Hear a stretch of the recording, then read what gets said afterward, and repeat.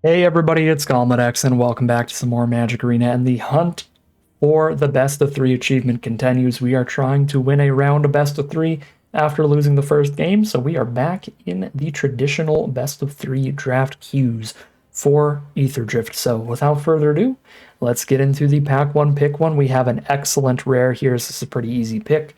The Aetheric Emerald Radiant is a super scary card. You do want to be self-milling a lot to make this quite consistent, but it's also pretty powerful in just any long game of Magic. But Golgari especially has a lot of great ways to fill that graveyard with creatures and artifacts and get a million insects off this thing and just overwhelm your opponent. So really fun way to start. I don't love that we're passing Broodwagon and Run Over some of the best cards here that people could take early and end up in the same color pair as us, but we're going to be getting passed from the right in two of our packs. We're only going to be getting passed from the left in one, so I can give these people all the good green and black cards and we'll only be cut for one pack as long as the players on our right feed us the good Golgari stuff. So we're hoping for that. And since we're hoping for that, we should probably take a good synergy piece like Wicker Folk, or just a really powerful green spell like the Scurryfoot here, the two creatures off one card. These are both really, really powerful. Transit Mage is probably a tiny bit better because it plays really well with a lot of the 4 and 5 mana artifacts in the format, obviously, like Spike Shell Harrier. If you're really lucky and get a rare one like Possession Engine, the card's super gross. But it's quite off from the Aetheric here, whereas both of these are still really strong cards and both fit really well into this deck.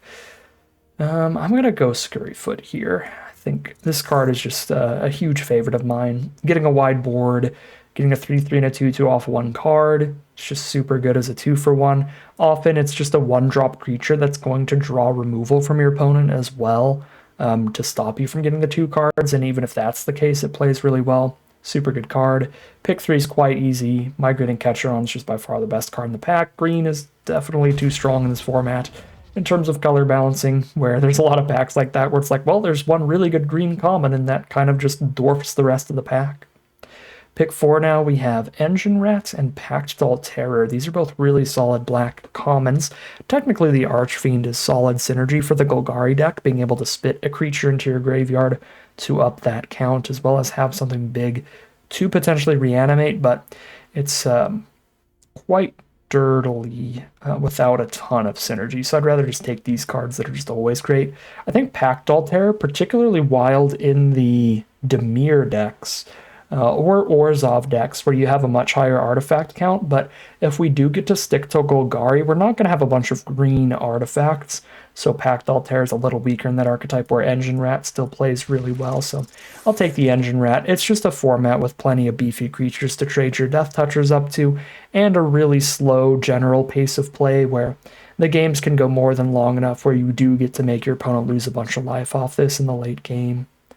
Pick 5, Rambler and Pathmaker are strong cards for like the blue-white vehicle deck. Crash and Burn's a solid red removal spell. Flood the Engine's a solid blue removal spell. Speculate off color for like any of these cards. Or we can just take Locust Spray, which is fine. This is best of 3, so we can like slide it in when it's particularly good. It's really efficient, but it only kills the 1 toughness stuff, so it's also really narrow, which is why they slapped cycling onto it. I think I'd rather just take a good off-color removal spell. I'll just take Flood the Engine. I find myself splashing around in the Sultai color pair a lot more than Jund, personally. So just leaning towards the blue removal over the red removal makes sense to me there. Pick 6 is quite mediocre. Quick Welder's good for the blue-white artifact decks, but that's it. Midnight Mangler's fine for slow blue decks. Not a lot in the pack. I mean, Surveyor can fit in any blue deck, Burner Rock in any red, Serpent for slower blue. But they're all really filler cards. That's a pick 7 Thunderhead Gunner. Kind of wish I leaned towards red then. I think that card's actually really nice. Even if you're not a dedicated cycling deck, the format has played out more than slow enough that you can sit here and cycle through all your land draws in the late game and just be much more likely to draw the gas that you need to win the game than your opponent in any kind of top deck war or board stall situation. So Gunner ends up playing really well. Mako's good too. If we got on blue early, this is probably a good draft pod for blue-red cycling, but Gunner's just more flexible. Pick number 8. There's not a lot here. I like Thopter's best, but Silken Strength is a solid combat trick for green. I think Thopter's is enough better to take that, though.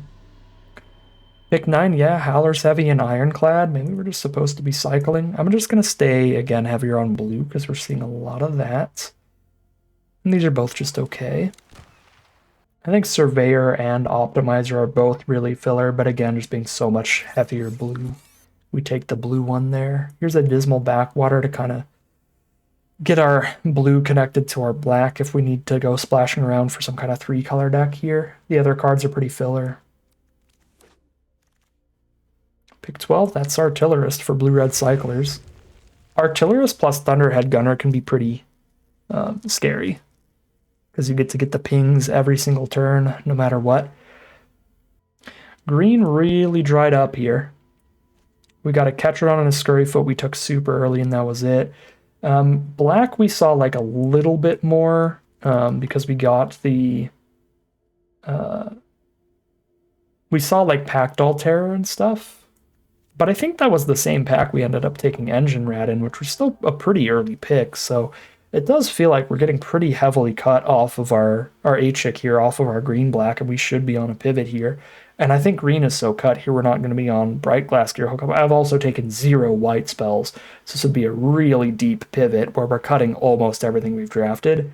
I think blue-red cycling is really the pivot to be on here, where we get to take a great removal spell with Outpace Oblivion, and see where things go from there.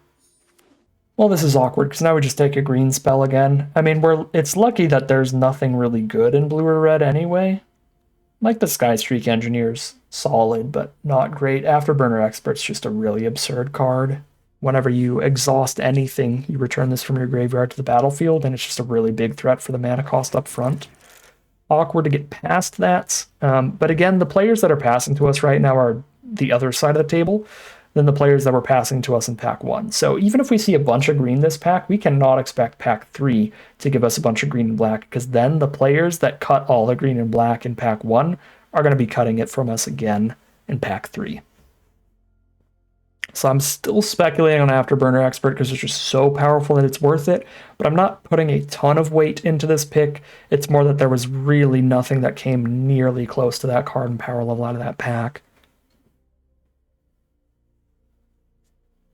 And if I do just spend this pack taking a bunch of good green cards, if we see them, then it would be okay if we get like no green cards in the last pack. We can just run green as our kind of secondary color, you know, green, blue or red as the main part of the deck. And then again, just splash green for really strong cards like Scurryfoot, Afterburner Expert, Ketrodon. Here we can take like a run over. Dredger's Insight would be really good in the Golgari, but I really don't think that's going to pan out because both green and black got cut really hard. I think we could scoop up all the cards in one of these 2 colors this pack and then pair it with our blue or our red, our much more open color. So I'm going to take another green card here with Run Over. Caradora, really strong again. Kind of a bummer to open up the Mythic Gear Hulk and then get past the Caradora. If we were omniscient, we knew the future, then could have been on green, white in the pod. That would have been pretty cool, but I think I'm just going to scoop up green really, really heavy and then try to take synergistic cards in blue or red later in this pack, just so we can get Afterburner Expert in here, really. The card is so powerful, it's likely worth it. So let's make a stack of our red, stack of our blue. We definitely have more blue than red, but I really like Outpace Oblivion and Thunderhead Gunner. Whereas in blue, I really like Thopterist and Flood the Engine. So we have like just as much really good blue as we have really good red. So this could go either way, even though we look much deeper to blue.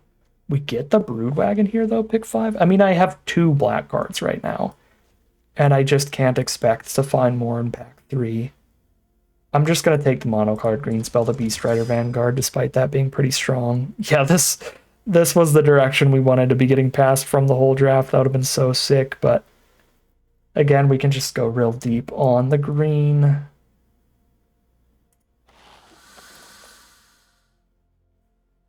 Probably pairing it with the blue here. There's Thopterist, although I could go Veloheart Bike here and try to go for like all 3 colors with some fixing.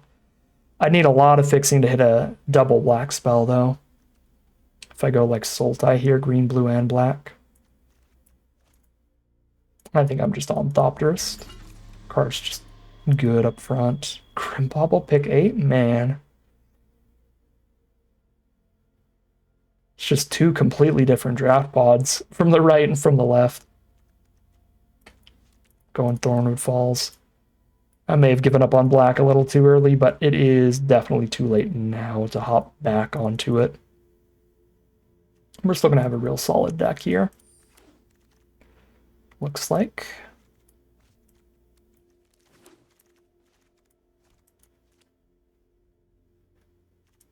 I think Gearseeker Serpent looks really bad in this deck. We have so few artifacts.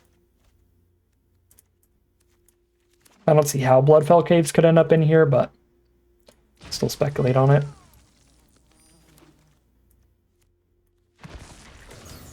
Okay.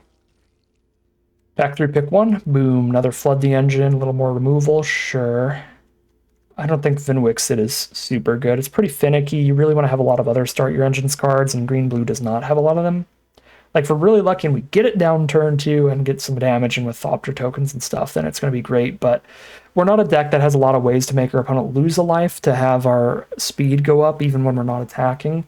Nowhere are we a deck with a lot of other Start Your Engines cards that if we top deck this late in the game, we'll already be at max speed. If we top deck this late in the game, we might not even have speed 1 yet. Like, it might literally start our engines and then it's really bad. So I think it's too finicky to take over just good removal for this deck in particular. And I think Broadside Barrage is like way more than enough stronger than everything else in this pack to do the 3-color splashy thing. We could splash Oblivion, Gunner, and Barrage. Hope to pick up a random mana rock or two. Whew. Yeah, blue is so open from this direction. Pick 3 Possession Engine, one of the strongest rares in the format. Really happy with that. 2-for-1 removal spell. There's also another Vinwixit. It's pretty funny. If we were good at starting our engines and raising our speed and everything, that'd be pretty strong.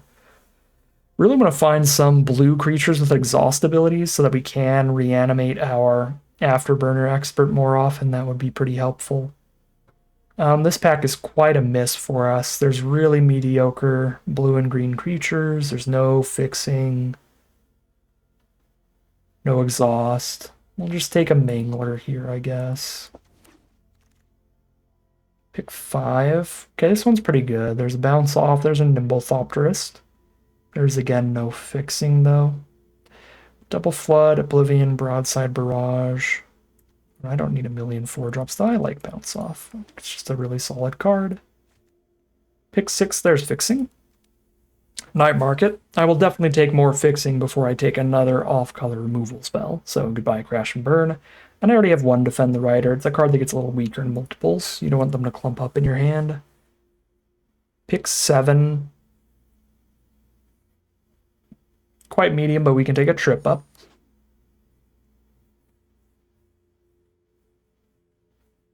This is not a Walking Sarcophagus deck. I'm on 24 non-land cards right now, so cut that and boom, 23. Green-blue duel is awesome. Actually, Rugged Highlands is... Technically, these are both really good for splashing the red in. Like, this doesn't look like it helps splash the red in because it doesn't have red on it, but by playing this, I'm putting another green and blue source in my deck off of just 1 card, which leaves another slot open to put another red source in. I'm still going to go Highlands, though. Just kind of instinctually feels moderately better for the splash, but I don't know. We can play Starting Column. There we go. Now the splash is fine. I don't think I want to play 2 Starting Columns, but I guess I can. I mean, it's more likely than anything else there, except like maybe the Reef Roads. Pothole Mole's fine. I don't think Pothole Mole's like super good in this deck, because we have no graveyard recursion. If it mills something good like a Ketron on our Possession Engine, we're pretty sad. It would have been really good in the Golgari deck. Plus our 3-drop slot might be filled up with Starting Columns. And then we play this 5-mana thing just because we can go 3-drop into 5-drop the next turn. Yeah, this deck is definitely a lot less focused than our last deck, but Our main strategies, our main colors got cut hard from the right. There was very little when it came to good green and black in pack 3 as I expected. It was really strange though that those colors could be so cut from the right and then still so insanely open from the left. They felt so cut that it felt like a lot of players in the pod, even on our left, were in those colors, but apparently not. Pack 2, I could have scooped up nothing but green-black cards there. All right. So this is going to be a much more medium deck this time around rather than our super focused blue-red cycling deck last time. So this will be interesting. I do have to cut 4 cards.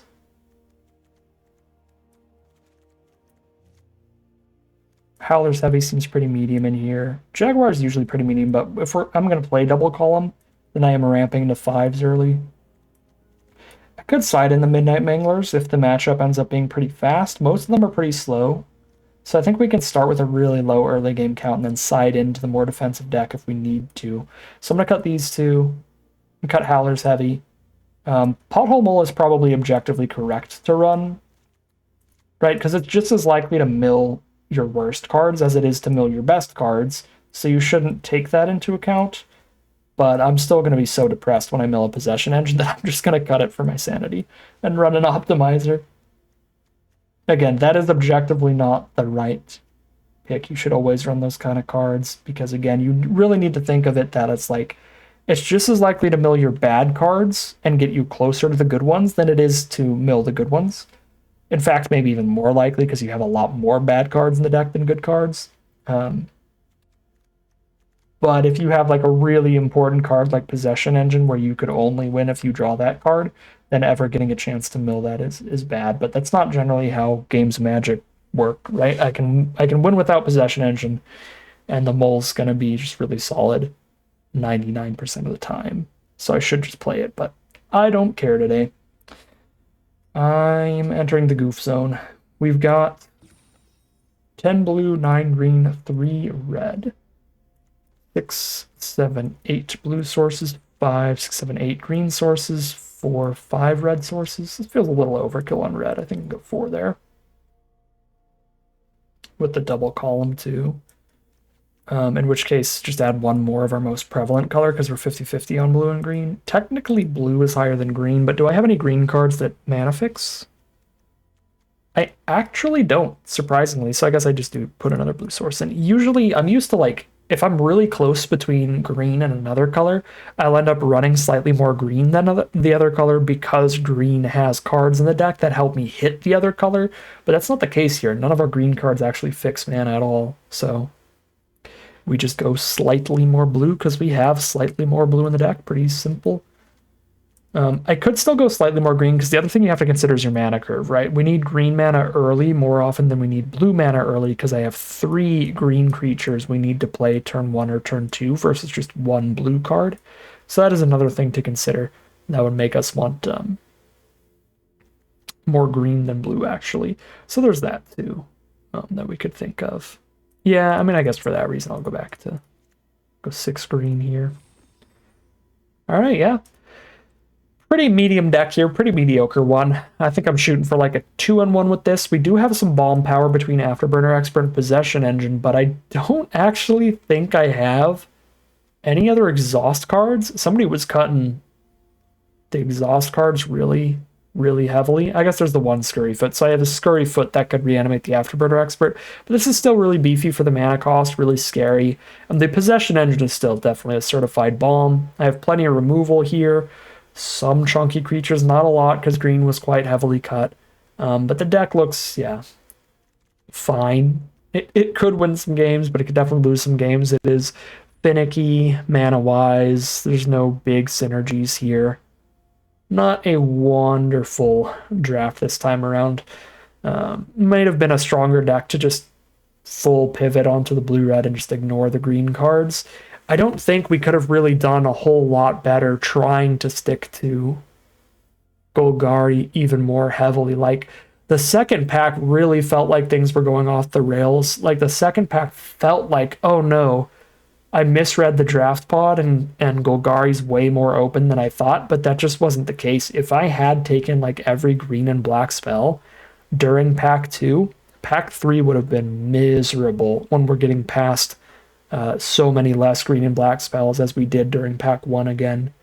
We would have had so much filler in our Golgari deck. We would have had to do another, 3-color mediocre Golgari deck. I mean, it probably would have looked pretty much the same as this one in terms of power level. Potentially the best spot to end up in would have been, again, just aggressively scooping up Golgari Pack 2 and then ending up Sultai by the end of the draft. Just playing all 3 colors, playing a bunch of these starting columns, maybe even finding that green vehicle that taps for any color, just going for raw power.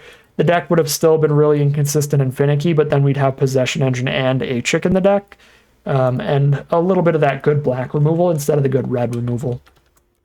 So again, that is where things could have gone differently. It actually, now that I think of it, probably would have been slightly better if we did really just jump on the Golgari and scoop them up in Pack 2, despite knowing that we probably wouldn't get any Pack 3, because we ended up doing a 3-color splashy deck anyway. Just go for the green, blue, black 3-color splashy deck.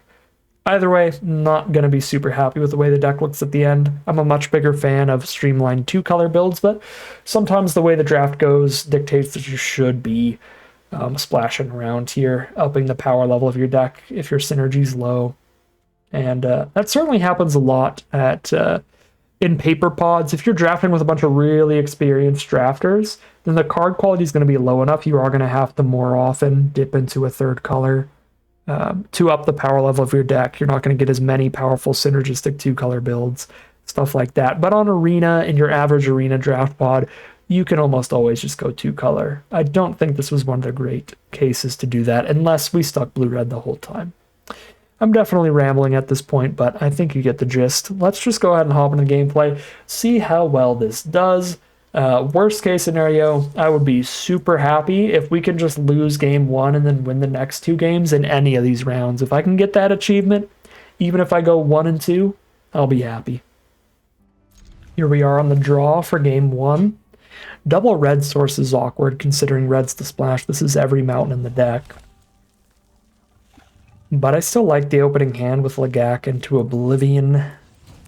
Double Lagak into Oblivion, actually. And there's the blue source, too, so that's pretty perfect mana.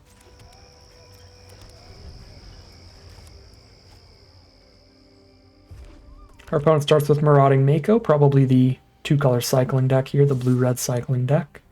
But they're on mono-red for now. Get Oblivion the Mako on turn 3.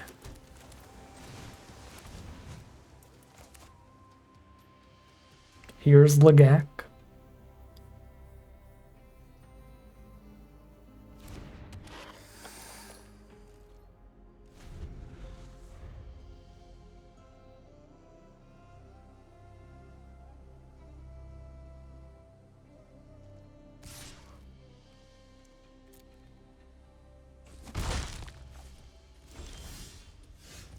They are stuck on Mountain.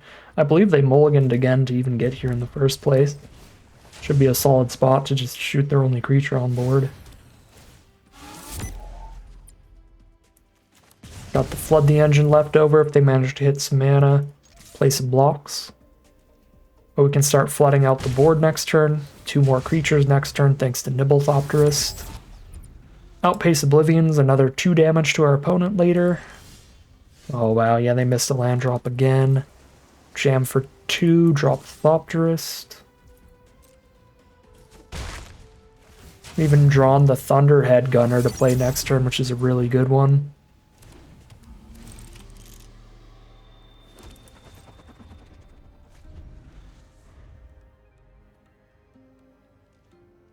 Pass turn again, rough spot for opponent.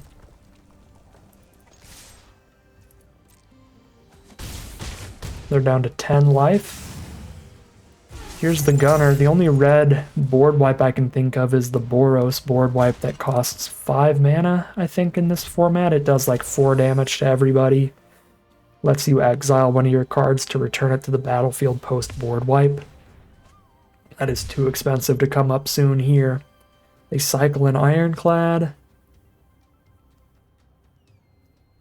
Still fail to hit the 3rd mana. Discard a Petal to the Metal. They've only shown us red cards so so far, so they're at least hiding their next color. And that's lethal on board, I guess. So, all right, not much of a game of Magic there, which is a little tragic. They are probably blue-red cycling. We know they have Mako, Ironclad, and Pedal to the Metal, so we have very little information when it comes to sideboarding. However, knowing that they are a red deck and they're likely blue-red cycling does mean we know they're probably trying to be pretty aggressive, where we can play the Midnight Manglers to try to slow them down, those block Makos in the early game, if nothing else. So that is an option. If there's anything in the deck that's a lot better against slower decks and weaker against faster ones, we can swap that around. Like Trip Up here's a little weaker against faster decks. Since we don't care about the cycling, just 4 mana interactions kind of expensive. So I wouldn't mind cutting like a Trip Up for a Mangler here. We can make another swap as well.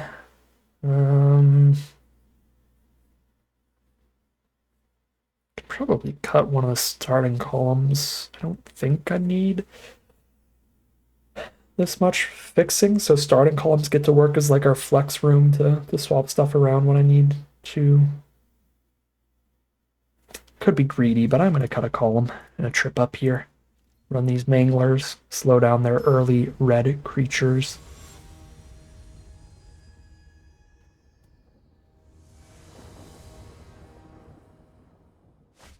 Game 2 of round 1 is going to have to be a mulligan here. And that's a keepable 6. Got the 3 mana to play Optimizer and flood the engine no matter what. I think Jaguar's weak enough. Even if I hit the 4 mana, I'm not going to be that excited about it. So I'll ditch that.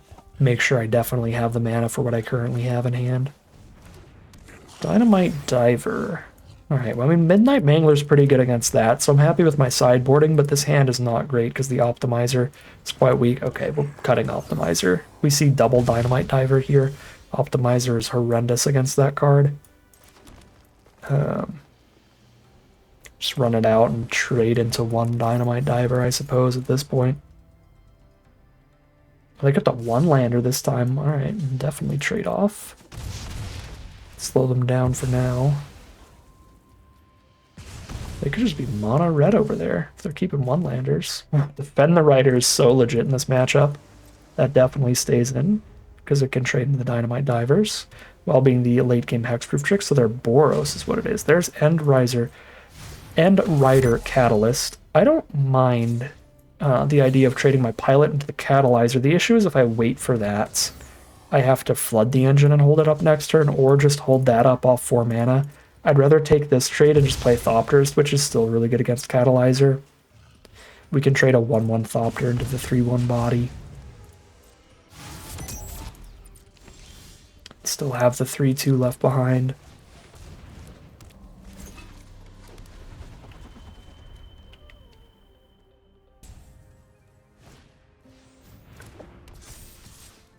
Alright, I guess we're trading Thopterist into it then. But we get to kill 2 of their cards, the 3/1 and the enchantment there, get a nice 2-for-1. We hit the bounce off. Bounce off is really good against enchantments, so that makes me feel a little bad about that decision, but it was a solid one with what we knew at the time. Just get that 4/2 off the board, stop them from raising their speed, buy us some time to hit Ketradon. End Rider Catalyzer's back. I'm just going to slow them down. I'm hoping to just top deck land, tap out this turn. Okay, didn't top deck a land. So it's Lagak time.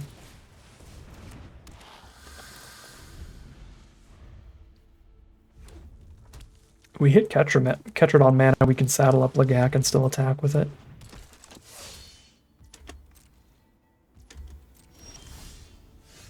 Okay, not quite yet, but we're pretty good at working on our speed here. Lagak's a saddle 2, so we just poke for 1, raise the speed. I'm not flooding a Catalyzer. It's no shot. If we didn't have a reason to raise our speed here, then I would not be attacking, just to make it really likely we stop them from raising their speed with Catalyzer.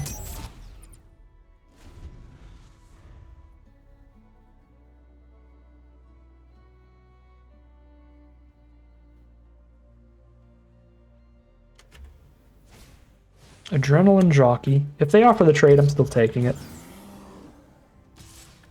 Sure. Again, just slowing them down, literally keeping them off of higher speeds. Speed 3, we get to crack Column next turn. I've got the 6 mana naturally for anything in the deck. Start jamming in with a 6/6. I've got to flood the engine for anything big enough to block it. Howl Squad Heavy is a scary card, but not super good on this board. So I got my gigantic creature on blocks, and I can just flood it. Thopterus should be good enough on blocks here. I really don't have to flood the engine that thing. Be able to save that for other stuff. This is a draw 2, discard 1. Yes, yeah, we'll do that. Pretty likely to hit a land in the top 2 to ditch. Okay, 2 lands, sure. Definitely hit something to ditch. I'm going to start sandbagging lands in my hand because we have the card that lets me discard a card, draw a card every turn. Although I could see an argument for running this out and just flooding the heavy.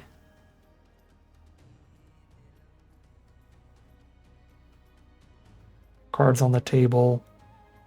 Full pressure. Yeah, I'm going to do that. I'm a really aggressive player. Even when I'm on like slower grindier decks, I'll make plays like that where I'm like, I mean, they're on 3 lands, 9 life. We can do a lot of pressure here and then be fully untapped for anything we hit.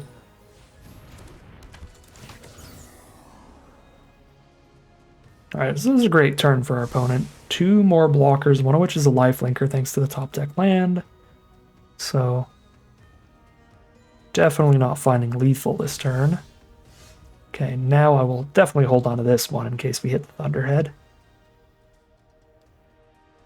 A single Thopterus is all we need for their crackback to not be good, because the only thing that does crackback well is the lifelinker. It's the only thing I'm scared about, and I can trade into it with Thopterus.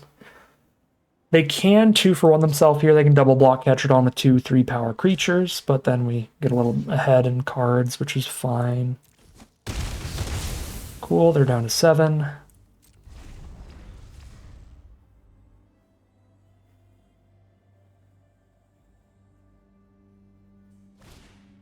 Interface Ace. That doesn't really do anything. Basically, all their vehicles and mounts get to be crewed and saddled forever. I mean, I guess they're low enough on lands it actually does pick up the planes off the links, but pretty much any creature would have done that. It's just a saddle too.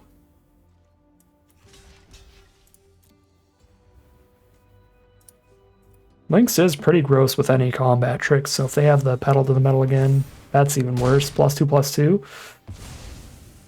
Massive life gain swing. So we really got to hit some kind of spell here. But, okay, that works. I was going to say, but they only really have a 2/3 still, so we don't need anything that big. A 2/2 and a 3/3 definitely big enough. For now. Armory auto saddles everybody and buffs up their toughness. Doesn't do a ton here. They're going to need another combat trick. They could be on like 5 million combat tricks. Light wheel enhancements? Okay, they're tapped out and I have the double blocks. That's not going to be big enough.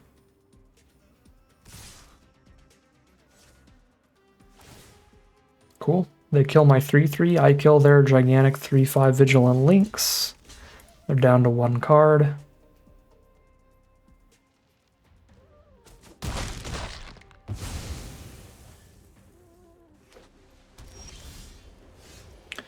Gonna be a slow one, but I think we're favored here.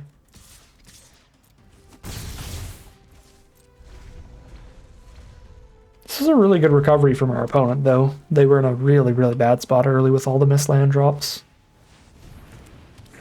But they're definitely playing the game here. Goblin Surveyor's pretty big.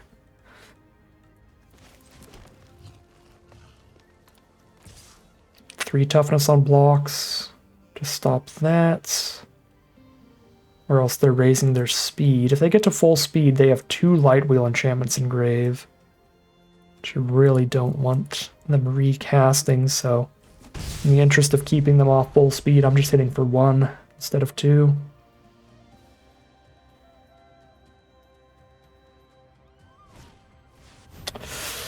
It's a great draw that ruins the block this turn. Gains 1,000,000 life.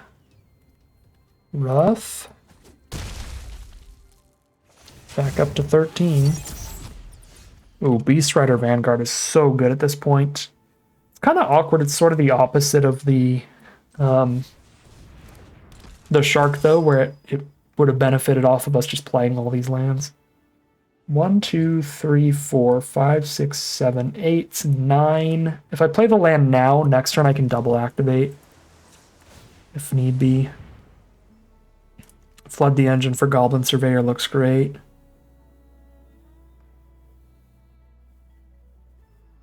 But if I don't quadruple block, they're at max speed, so I'm gonna quadruple block here. I think Vanguard is enough to pull out the victory here as a mana sink, so I can trade the rest of my board to keep them off of their own value with all the enchantments getting recast from grave.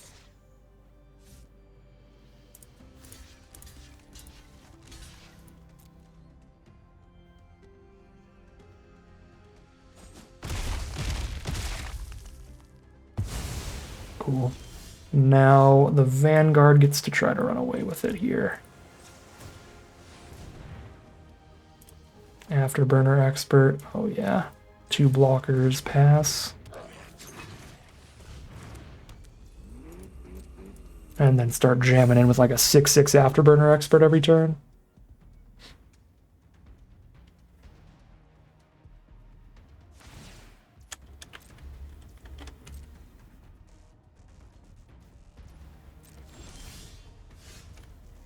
Surveyor's fine.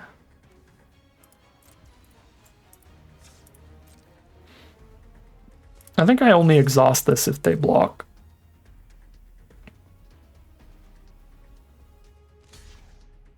Okay, well then we exhaust this. Kill the ace.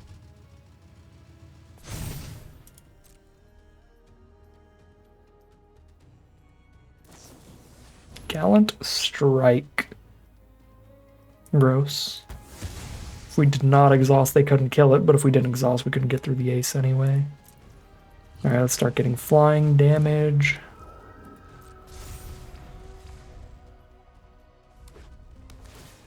Cool.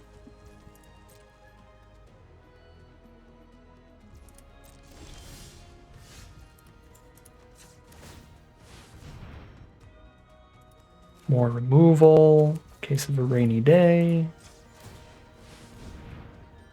More removal. Oh boy. Beast Rider Vanguard is so good in these long games.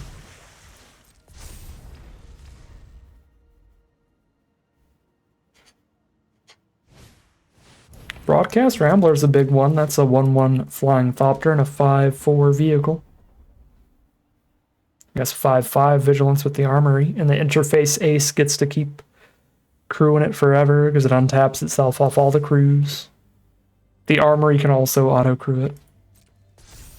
A lot of vehicle synergy over there, but no haste this turn. There's the Thunderhead Gunner. I could end up milling myself, actually, which is pretty funny. This only steals creatures.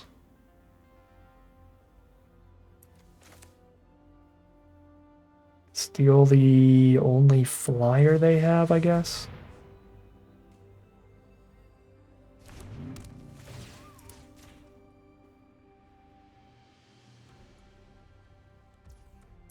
Million bajillion blockers. And they have no chumps in the sky. Ghostlet Surveyor just tries to carry us on to victory. Basically incapable of drawing dead over here. We can discard a card to Gunner, or we can activate Vanguard to dig.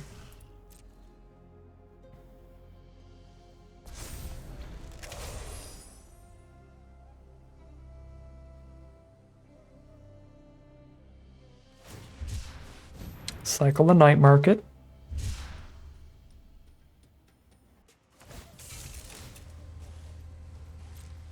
Crew the Rambler.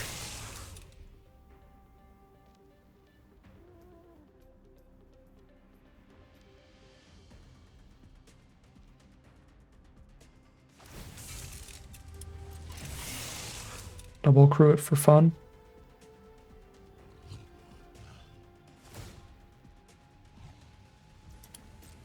Why didn't the ace untap?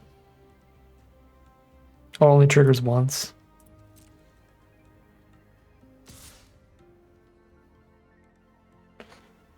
Yeah, I don't want max speed over there, so... Actually, we'll let the Thunderhead Gunner die. Vanguard's more than enough right now.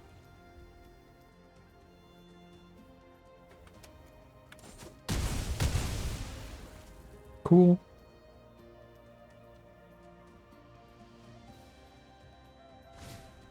Collision course. Destroy Midnight Mangler. Oh, they could have destroyed Possession Engine. Interesting. We're just gonna outpace Oblivion and get the kill real fast here at this point.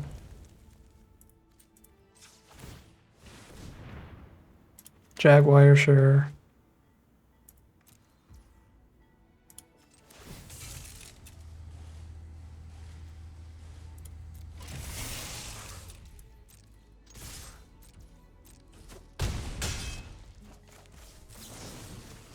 Alright, we just flood the engine, whatever they draw, and kill them next turn now.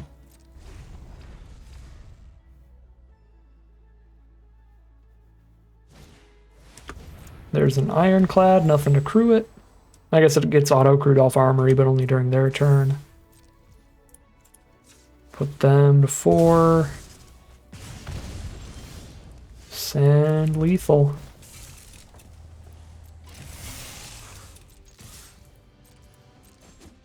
Alright, some really, really bad draws from our opponent that round, but a 2-0 victory for us, so we start things off with a victory in round 1, heading into round number 2. Here we are for round 2 on the play for game 1. That's going to be a forced mulligan, and this is also horrible. It's basically nothing, because Runover doesn't do anything without a creature anyway, so it's 6 lands and not even really a spell. Really think I have to mold a 5 on that. It's the best hand we've had so far by a lot. Just pray for maximum power off of these spells.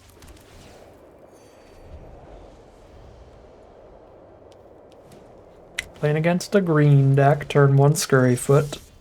Not a good sign. Hopefully their green was as cut as ours and we don't have to worry about tons of strong green stuff. Ooh, but they are curving out here. Scurryfoot into Specialist. Here is Starting Column towards Possession Engine. And Thopterist. That does feel a little better than Afterburner Expert. Both of those cards are really good on this board.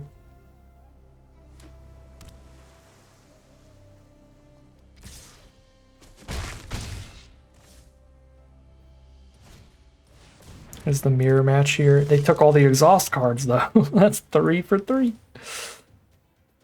Okay.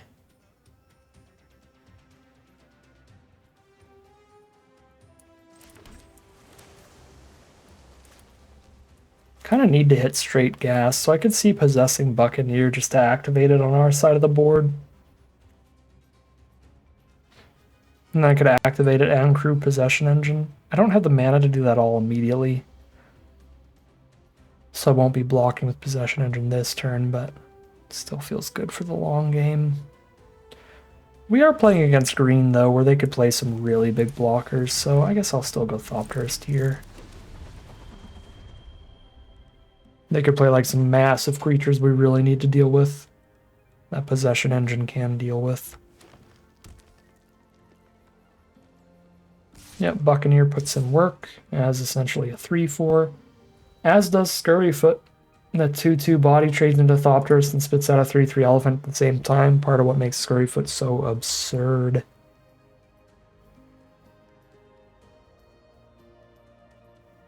Buccaneer's just pretty good. I think Scurryfoot is genuinely wildly good. Okay, they're going to use Buccaneer instead of Scurryfoot. Draw a card, discard a card. So they definitely are looking for something specific in their hand. Discard a camera launcher. Okay. I mean, this game's pretty bad. But camera launcher's quite filler, so Does make me feel a little bit better and a little bit more like they probably have somewhat comparable levels of filler to us if they have to run camera launcher. I like drawing 2, discarding a card off of starting column, but I really don't think at 11 here I have time to not have the Thopter up as a blocker. I mean, I guess if they attack with everybody, wherever I block with Thopter, they can just exhaust, but then they couldn't exhaust anywhere else. I don't think I can afford not to leave the blocker up, though.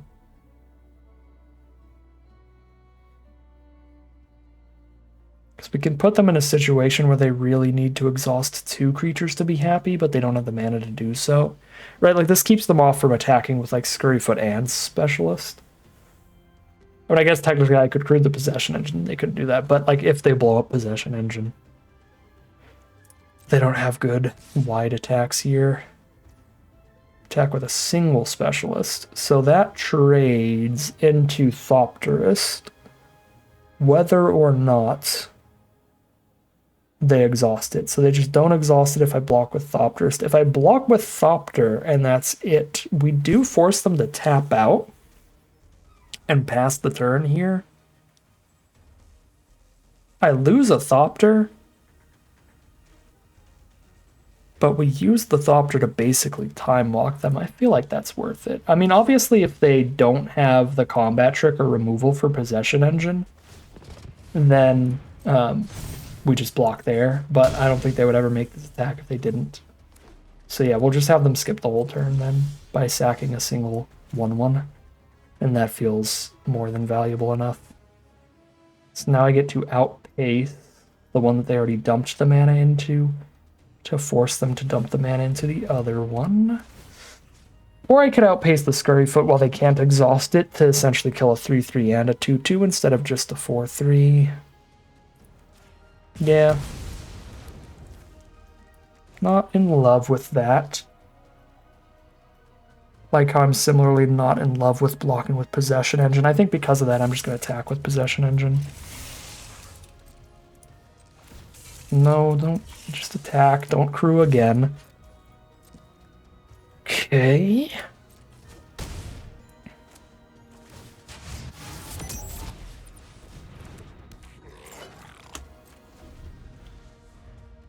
Alright, I have 2 blocks up. Both are big enough to trade into their Specialists, so I can deal with their current board state.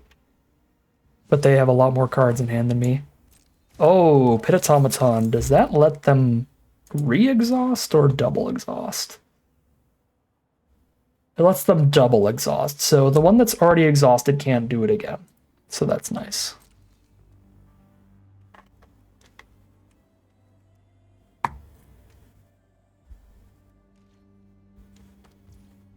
Alright, they pass turn. Not a great draw. 6/4 Expert just trades down.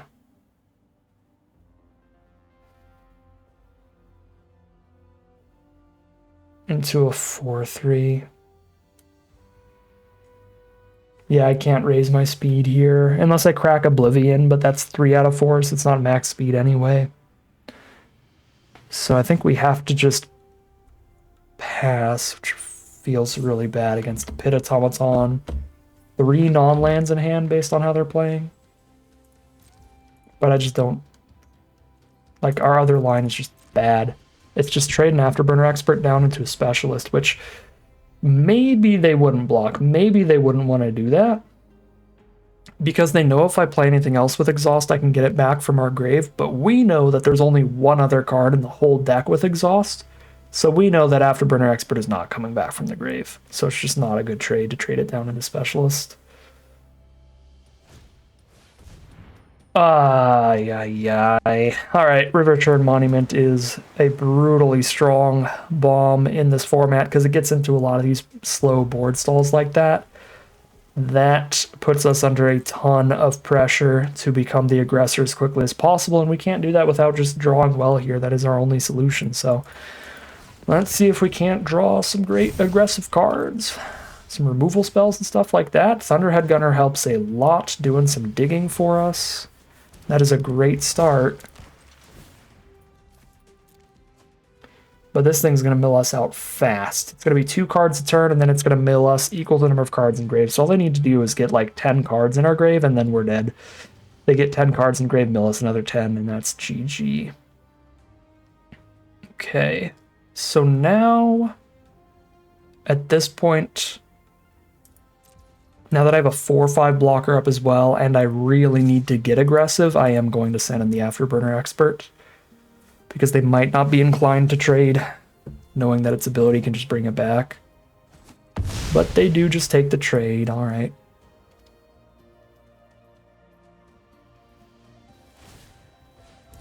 Yeah, mill 2. If they don't mill our Scurryfoot, that is still a potential top deck. Buff Specialist. Well, they didn't double buff.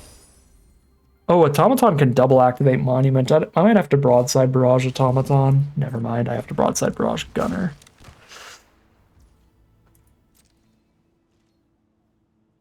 Yeah, Automaton can mill us so fast. It's not even funny.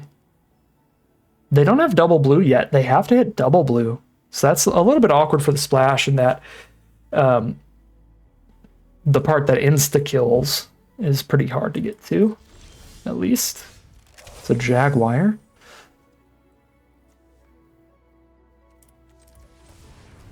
Definitely can't cast that this turn. Either way.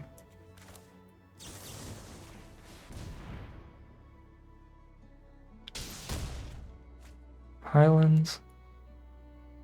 Keep the Jaguar, ditch the Highlands, I think. Although I wouldn't be surprised if we ditch Jaguar to Gunner. That might not be an insane thing to do.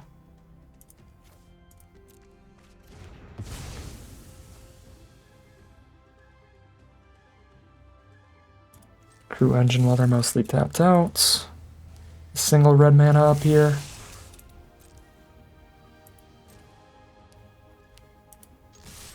I am at 11, but they just have 1 4-power attacker. I'm sending the team.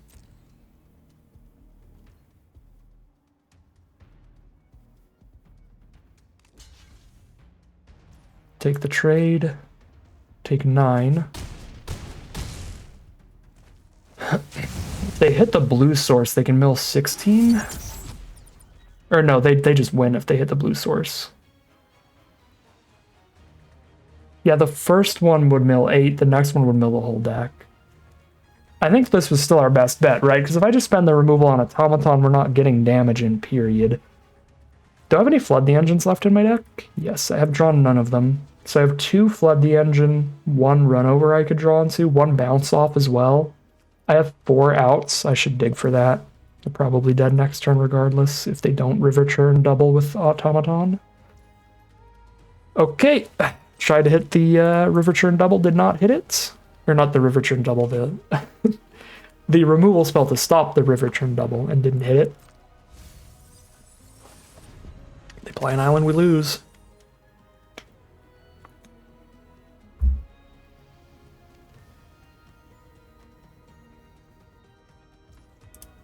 I shouldn't have played the land. Kept the card for Gunner here.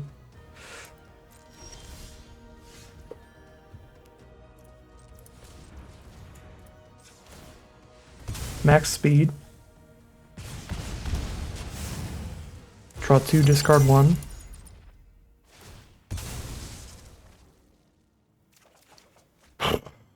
Come on. Ah, it's frustrating. Maybe Thunderhead Gunner helps. I just need like any removal to have lethal through a trick. Oh, Defend the Rider's huge. That's so good. Thank you, Thunderhead Gunner. Thank you, Thunderhead Gunner. They need double removal. That's single removal. Here's Hexproof.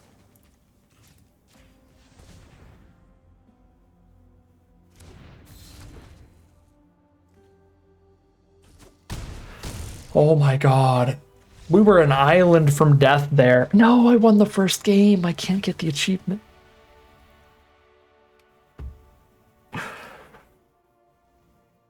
keep happening. This is a terrifying matchup. It's basically a mirror match. Our decks are probably pretty comparable, right? We have a Possession Engine, they have a River Churn Monument. We got real good draws there. Thunderhead Gunner was so huge. Yeah, I'm really scared of the River Churn Monument games. I think generally we lose those, but we got pretty lucky in that one. Like, our decks are really easily just going to clump up against each other and get into these big board stalls. I don't have anything that's going to be a more efficient or good way to interact with that, though, so not really any sideboarding here. We just hop right back in there, hope for the best.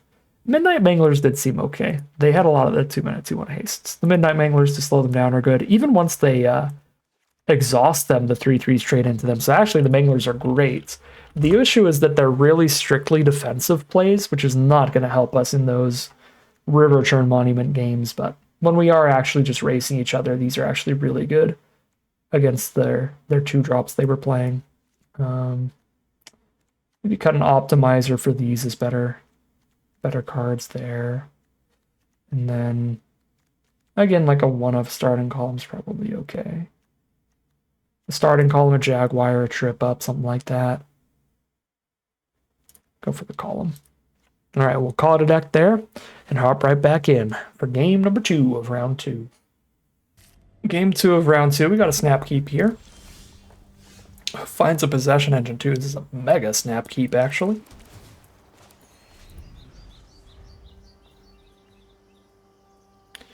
Play the Highlands first so I can play Island and have all 3 of my mana, all 3 of my colors up on turn 2. Prowl Catcher Specialist. Let's go, sideboard. Thank you, Midnight Mangler. Very cool.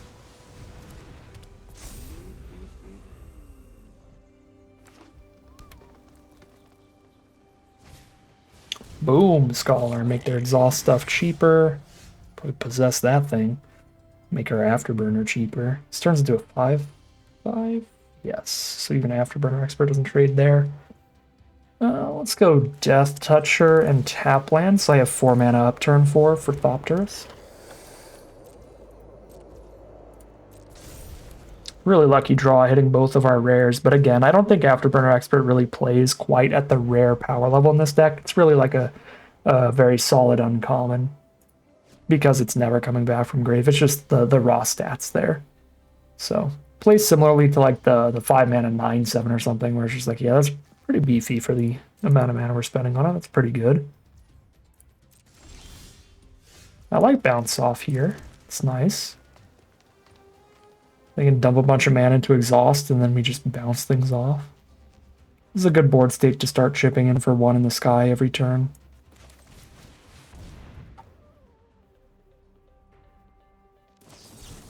Oh, Special Interference? Okay. First copy of that we've seen. We can consider that in the future. Blue looked really like a splash from our opponent game 1, but maybe their mana just worked out awkward. The only blue card I think we saw was the Mill Rock. Like, splashing in interference does not seem like it's something you should generally ever do, because you really need it in the early game. But this could mean that we just saw different lands of their deck, different elements of their deck than normal, where they actually are like really even on all 3 of these colors, but we obviously didn't get to see that because they didn't draw the right lands.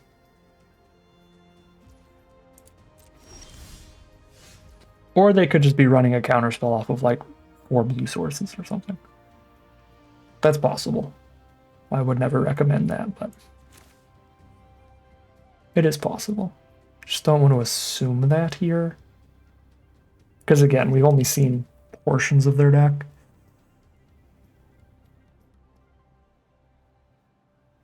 Just get the flyer and stop theirs.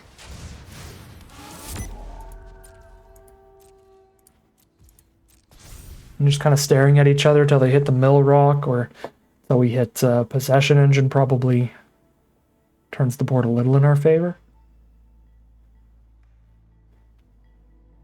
I do kind of like getting the Afterburner Expert down now, because then it leads into a position where, because they have so much exhaust in their deck, we might be able to Possession Engine an exhaust creature from them, and then exhaust their creature to return our Afterburner Expert. Again, they did just play the flyer, so I really wanted to get my own down here. But I think in the long run, getting the Afterburner Expert to trade into literally anything could actually work out this game. Like, if I don't have enough exhaust cards in my deck, I'll just use theirs. Okay, they could have another Spectral Interference, but that's pretty whatever. Like, it's really good against Possession Engine. I'm not going to cast that, but if they cast it against Afterburner Expert, then again, we have the Possession Engine plan, and then they don't have the counterspell for the Possession Engine anymore.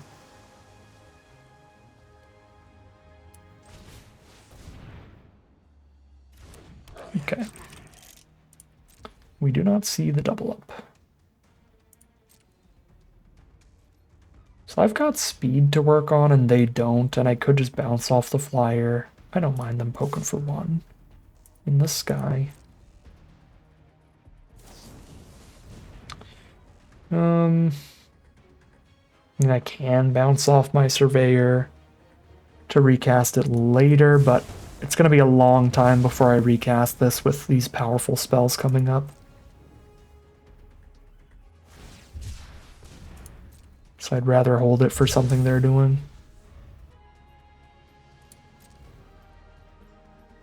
I guess this turns into a 4 toughness card, doesn't it? Yeah. So I can take this hit so that it gets to the point where it kills without even dying yet. I'm not going to kill the flyer either because I do have Ketradon coming up. Stampeding Scurryfoot. Defend the Rider. That is not Ketradon mana. I'd rather, I think, wait a turn for Possession Engine to be able to defend it with Bounce Off or Defend the Rider the turn that we cast it.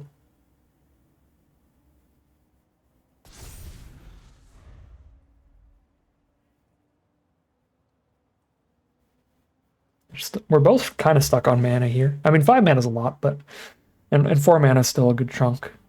But neither of us has played a land in a while, so we know that their hand is just 4 spells here. Yeah, that's annoying enough to defend for sure. Now they have just 0 attacks.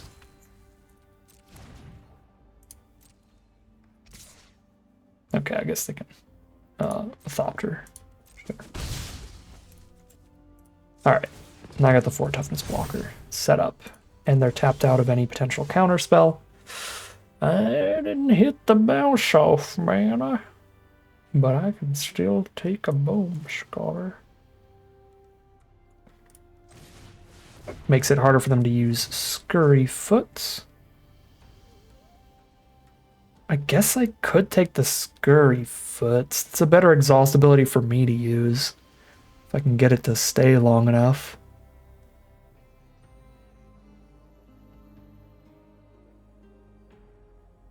But I think I'd rather just be able to crew Possession Engine with the Scholar alone.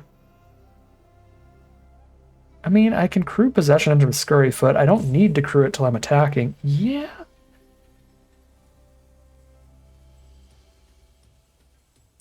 Take Scurryfoot. Can't be attacking here. We're at 12 life, and they do have the Scholar for trampled everybody. Too much decision making. We'll play some Phyrexial will be one and just aggro a couple drafts. Got all these cluttered boards with a million different abilities on them. Second Boom Scholar. So now both of those only cost 4 to activate. That's concerning.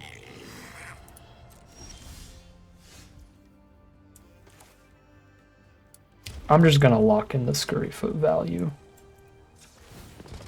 While I know that it's still on my side of the board instead of theirs.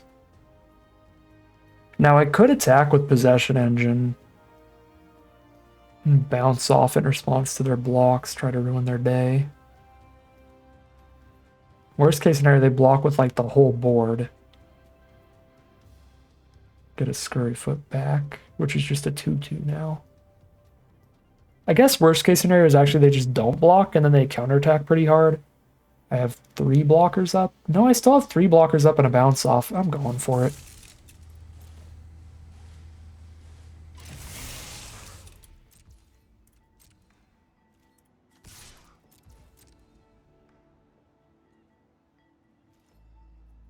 I guess I didn't do the whole return my Afterburner Expert thing, but it's been playing so well just as a 4 toughness blocker in the first place that I haven't felt inclined to.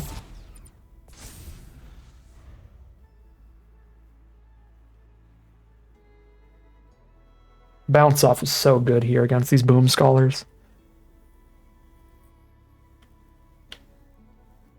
So we can block, force them to exhaust them or cast something, and then just bounce them in response. Bounce off seems excellent for this matchup.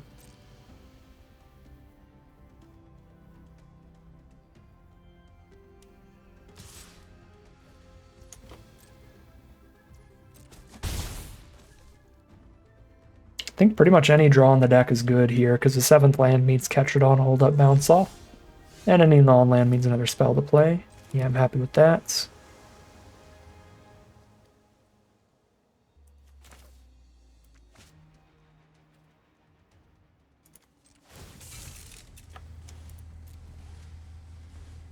You do a bunch of mana up to maybe shoot this with something here.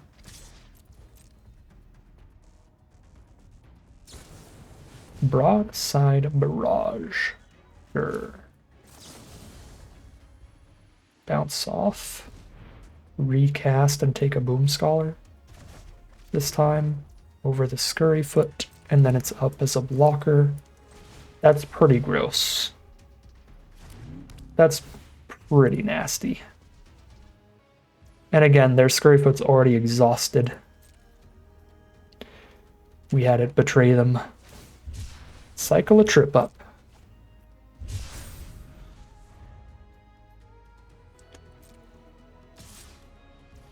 Down to 9. Tap out for Thunderhead Gunner. That's a good one. I'll flood that.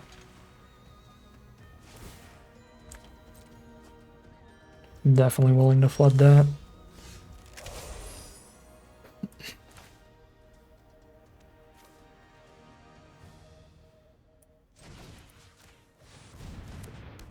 Means I'm casting nothing this turn.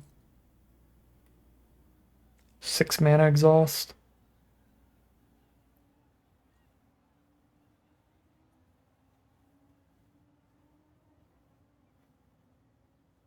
This feels like a pass now.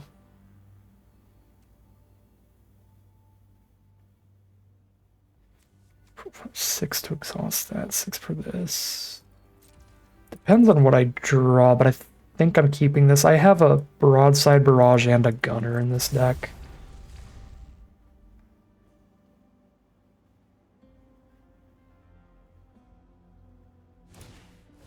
We got 5 lands on board, so we gotta hopefully eventually get a little flood. Stock Up is not flood. Stock Up is the best cards in the top 5. Stock Up is incredible. It's my favorite blue uncommon, I think. We had a triple Stock Up deck early in the format. That one was awesome. I mean, the deck also had like a sab in it, so being able to dig towards your bombs is pretty insane. Oh no, yeah, I just reminded myself that's 5 cards closer to their mill rock now, no matter what. Even if it's not in the top 5, they just put those 5 on the bottom and now they're closer to it.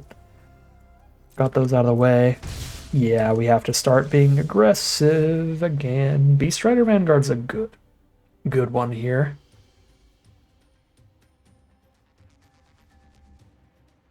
Yeah, I have to start being aggressive. So we attack with Afterburner Expert and then drop Catch It On while they're tapped out.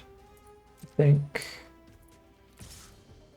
Probably attack with the 3/3. I don't think I'd attack with Possession Engine though and give them back a thing. But the 3/3 just like trades 1 for 1 as something, gets some stuff out of the way. I guess it bounces off its automaton. I'm gonna saddle the Gak with Scholar. That actually is probably reasonable on a future attack. Missed it this turn though. Cool. Bring Afterburner Expert back by exhausting Boom Scholar.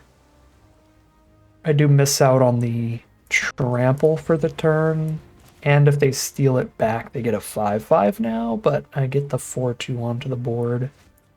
Actually, still, I think more in the market for just playing catcher on this turn. But I'll certainly keep that in mind for a future turn. I didn't realize I had 8 mana here. Actually do both of those. Do not play the Millrock. Alright, well, we lose. They have the Millrock and the Automaton. Unless I top deck removal, we lose. Because next turn they exhaust the Monument and double it with Automaton. Or if that's not big enough, next turn they can definitely kill me in 2 turns with it. Run over. Okay. Can run over Automaton, or I can try to go oops lethal here. They're at 15. Oops lethal is like almost impossible. I mean, this will be attacking. It's a crew 2. Crew that with Vanguard. 5, 11, 12, 13, 14, 15, 16 power plus a run over. There's no way we're oopsing into lethal. Sky Serpent Seeker makes most of our normal blocks so bad, though. Or most of our normal attacks so bad. I guess I'm not like oops lethaling, but I am still getting some trample value here from Scholar. I think. We're definitely not attacking with Possession Engine. So. Boop, boop, boop. A little trample value. Reanimate somebody. Plenty of blockers.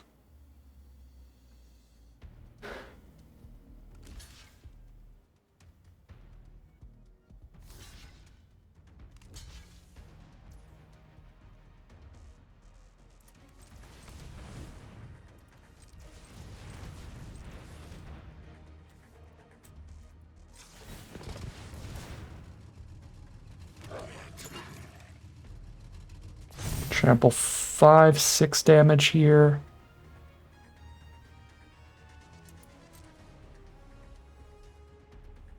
Clear out a good chunk of the board. They do that for free. Shouldn't that still cost them 2 at least? Maybe they did spend 2. Oh, they tapped Automaton. I see. Okay, so trample for 4 instead of 5.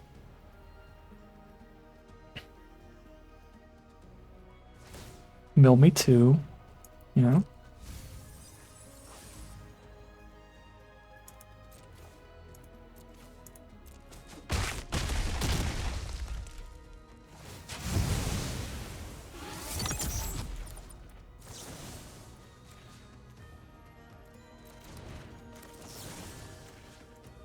Kill the Automaton so we don't get milled out by that. And then I have the slightly bigger board and Vanguard to draw more threats. But I'm still under a clock from the Monument. I have 18 cards left. 9 in Grave. So, like a 2-turn clock still instead of insta-dead.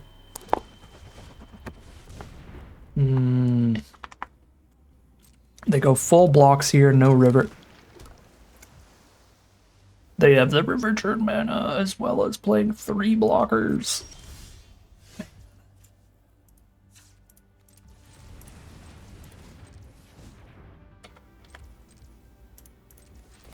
River turn is painfully good in this matchup, but we beat it game 1. This is all garbage. I think I should still hit the land. I guess that makes me 1 card closer to milling, but the math is already bad for me, right? They mill 2, I have 11 cards in Grave. It's going to take the exact same time to mill out either way, whether or not I pick this up. They have to mill me 2 now, mill me 2 next turn, then exhaust it the turn after next turn. And that math doesn't change whether I pick up this land or not.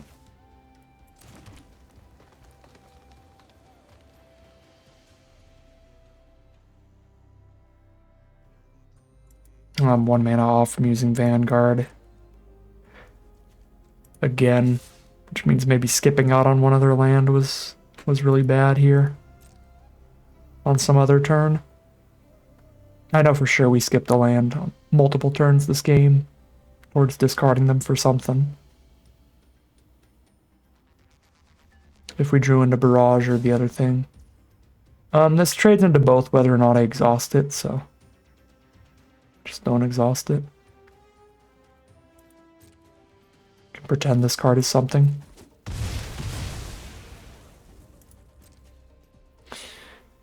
Okay.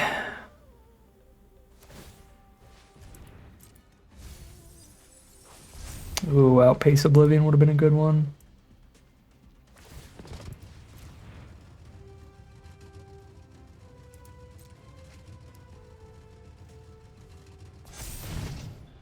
They could mill me 12 and give me 3 more turns, but it's better to just mill 2 and then finish me off next turn.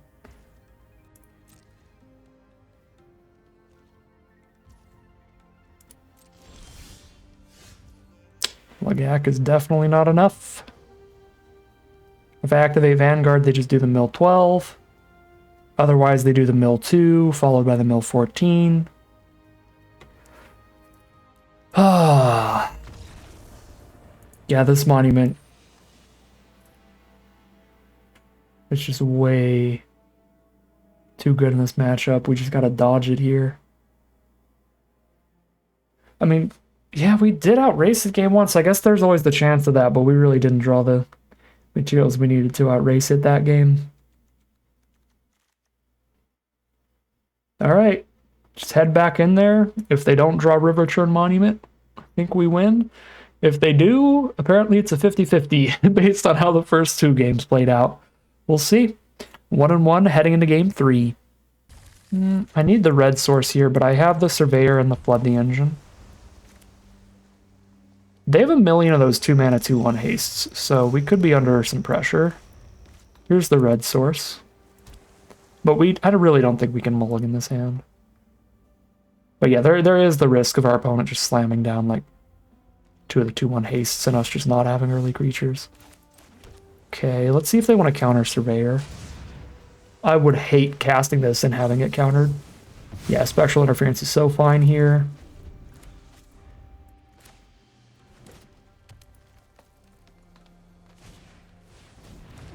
There's the Automaton. I gotta find another creature, but Barrage does some digging towards that.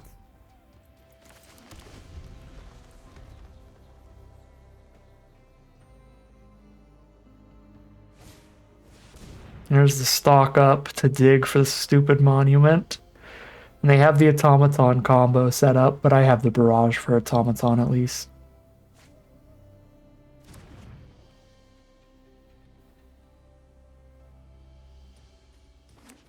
Yep. Thunderhead Gunner.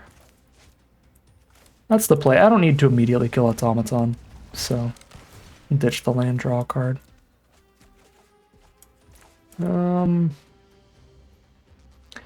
Land for turn is still valuable enough to run out here because we can get to 8 mana for Flood plus Engine.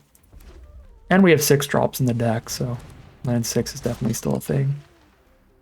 Okay, I'll flood that if I don't find something good to discard. If I do, I'll Barrage, I guess. Okay, that's a fine discard. I mean, I'm just gonna discard 1 to Barrage and the other to Gunner. Does that matter?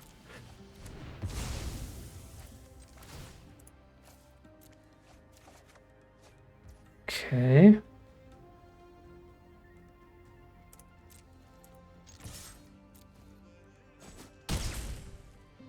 Is 8 mana to play both of these. I don't know if I actually do want to play this land. Mana 6, 100%. Mana 7, it's a little more of a question. I'm gonna not play it.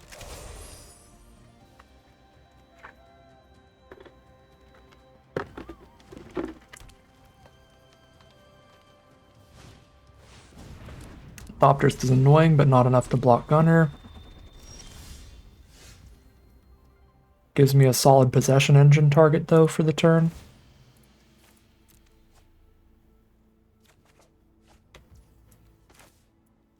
Okay, I will play this land now that I still have one left over to discard next turn.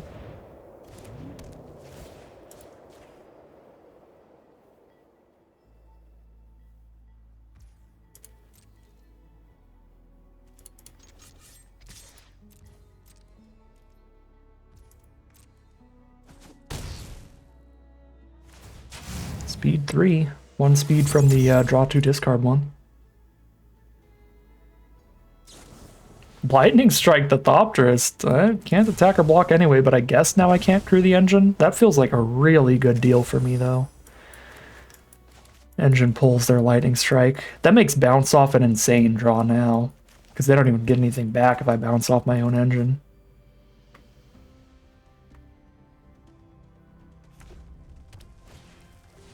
He's a specialist. It's a trip up. Trip up to ruin a double block. Yeah. And a bounce off if that goes awry. I can also bounce off the engine, of course, for future attack, but I like the ruining the double block here already. Oh wow, they're just not going to block. Okay, already great. Then... trip up is 4 mana. I've got 4, 5, 6, 7. I can flood the engine and still have a trip up held up here. Trip up or bounce off. I could activate Surveyor and cast a bounce off. They're at 8 here. I really want to put pressure on their life total if I can. And I think trip up plus bounce off as backups makes me quite safe to do so. We know they have 1 interference. I don't love trying to recast engine right now against 5 open mana. So I'm going to go flood the engine, hold up trip up. Or hold up activate Surveyor plus cast bounce off.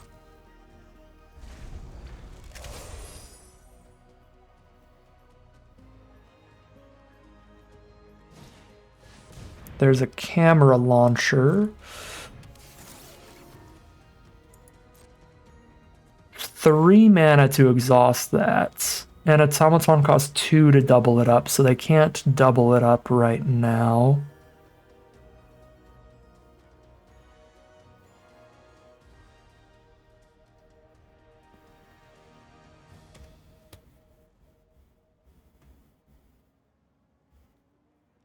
I think I just save the tricks then and draw my card.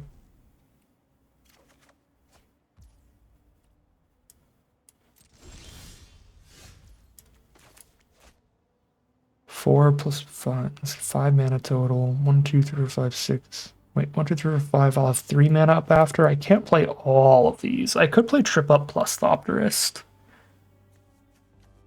Play this land and play these 2 4-drops.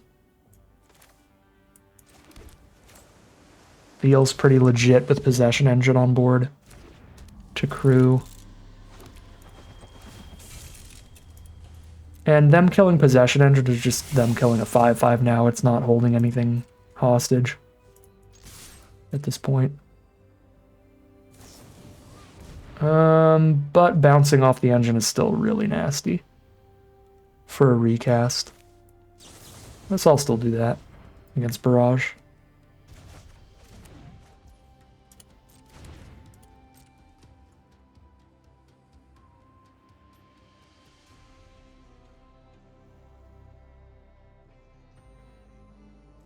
I am tapped out now from stopping them from the double camera launcher exhaust, but the double camera launcher exhaust is really not that bad. Alright, I'm going to do some digging now. I'm low enough on mana that this third doesn't help me this turn. Ooh, defend the Rider. Yeah, Mangler's useless. We're so far on the aggressive right now. Their best bet to win is just top deck Monument. So we don't try to go for blocks at all here.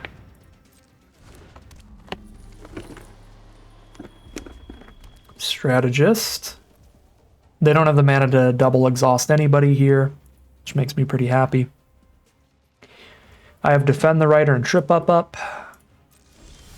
Can Possession Engine something and still have one of the two up? 1, 2, 3, 4, 5, 6, 7, 8 mana. I can Engine and still have Defend up, but I can't Engine and have Trip up. And I can Engine holding Defend up even if I ditch this land. So let's ditch the land first. See if that changes combat at all. Outpace Oblivion. Oh, I forgot I didn't have a red source. I've ditched like all my red sources. That's rough. Okay. I should not have sacked the thing. So we're definitely discarding Outpace Oblivion soon. Okay, at this point I need to like not mill out as well, which is a thing. I'm going to take Strategist so that we're doing more damage. I'm going to attack with everybody, hold up, defend the rider. I suppose they do have a Thought in the sky, so I won't attack with that. Exhaust.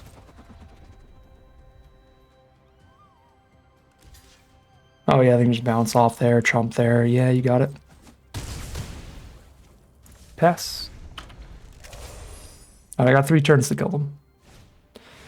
Ketrodon is big. That's what the trip up's for. But then they recast it, which is annoying. Okay, here's Afterburner Expert. Trip up.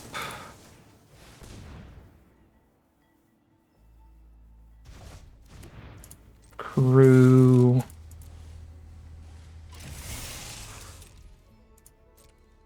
Send.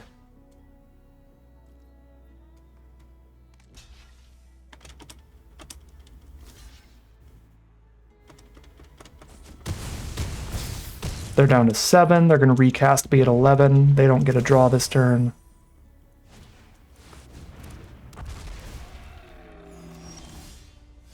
Land. Crew. Got the activate there.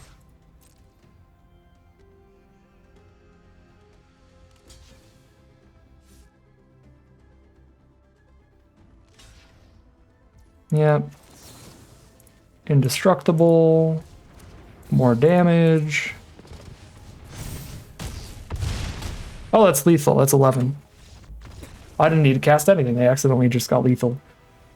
Cool. Alright, that was probably more stressful than it needed to be. There were a couple misplays there. I was keeping the starting column around a long time, and then I got to a turn where I was like, I don't know why I'm keeping this around. I should draw 2 and discard 1, and it was because it was my red source. It's because I ditched every other red source in the deck. I discarded all 4 of them. So I definitely should have cracked the column, because then we drew into the Oblivion. And then that was the main misplay. I think the other misplays were because I was getting really low on time, so I just started going speed mode after that. I was like, I probably should worry about time eventually. But we got there. They just did not draw the River Churn Monument, so we got the victory there. Yeah, very comparable mirror match. I think our decks are really equal in power level. We just got the slightly better draws there. I mean, the fact that they couldn't hit double blue in game 1 was so good for us. If they had hit double blue in game 1 to be able to exhaust their monument once, we would have lost that and just gotten 2-0'd here really quick. Because the River Churn Monument is perfect in the matchup, but they didn't hit it in round 3, so our just slightly bigger, scarier creatures got there. I mean, really just, we hit Possession Engine and Afterburner Expert, I think, in all of the games. So we hit our stronger spells in one more game than they did, and that got us the victory. So that is 2-0, technically 4-1 in the games individually, but in terms of the record round over round, we're 2-0, heading into the final boss in this best of 3 traditional draft of Aetherdrift, which means there's huge prize out on the line, 2,500 gems, 6 packs, and 2 play-in points. Those are some sweet prizes, but we got some solid prizes here no matter what. And more than anything, it would be really nice to get the achievement for losing game 1 and winning the next 2. But yet again, we have not lost a game 1. We lost game 2 and then won the round, so that does not count for the achievement. All right, here we go. This is a solid opening hand. We are going to be on the draw for our final round of Magic. Got a real solid curve out here. Our opponent starts with Nesting Bot, though. I think these kind of cards are really scary. The cards that start your engines on turn 1 are just a really good way to guarantee max speed early in the game. One of the best cards for the black-white archetype because black-white has a lot of the strongest max speed payoffs. Defend the Rider's pretty nice here. To just trade into the 1/1, but it is a 1/1 that replaces itself. I think we just trap down the 2/2 here, obviously.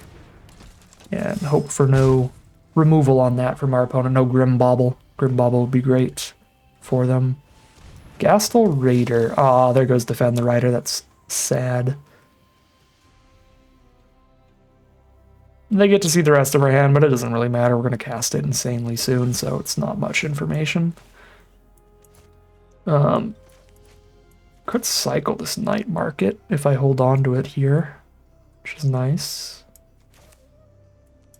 Just gives me the red source.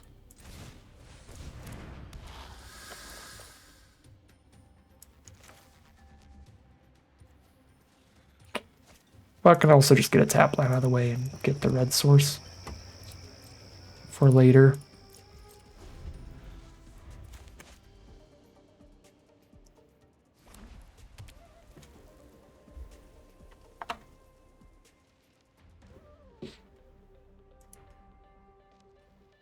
Well, we're doing a good job clumping up the board and chilling here. I mean, they still have attacks through a single Grim Bauble right now. Or with a single Grim Bauble right now. Yeah, it's going to turn into a 3/2 Menace. I'll trade this into a 3/2 Menace.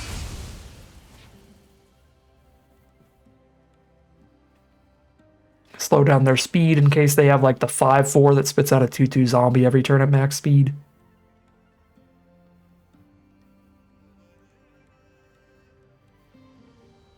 I think we exhaust Scurryfoot next turn just to make sure that we can. The longer I wait, the more likely it is to die before that. Okay, well, I'm just going to Collision Course it. That means they don't get to Collision Course Vanguard. They could have pre-combat Collision Coursed Vanguard and attacked a tiny bit harder, I suppose.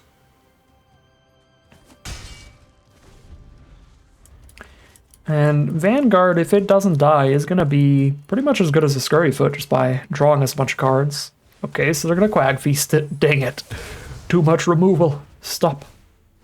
There's the Embalmed Descendant. That really wants max speed.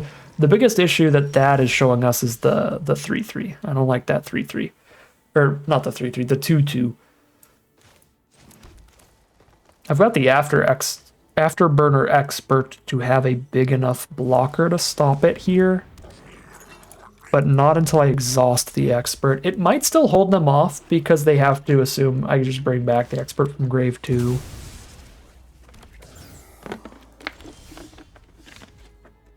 Let's go, I'm happy with that. Starting column, also a good draw. This is exhaust 4.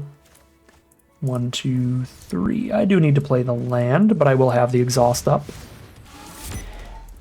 And that would be really tragic if we hit max speed before our opponent. That would be embarrassing. Because their deck's a really good max speed deck. They have Nesting Bot, they have Embalmed Descendant. We are in a reverse world right now if we hit max speed first, but it looks like we might hit max speed first. Speed 3. Hold this for the draw 2, discard 1.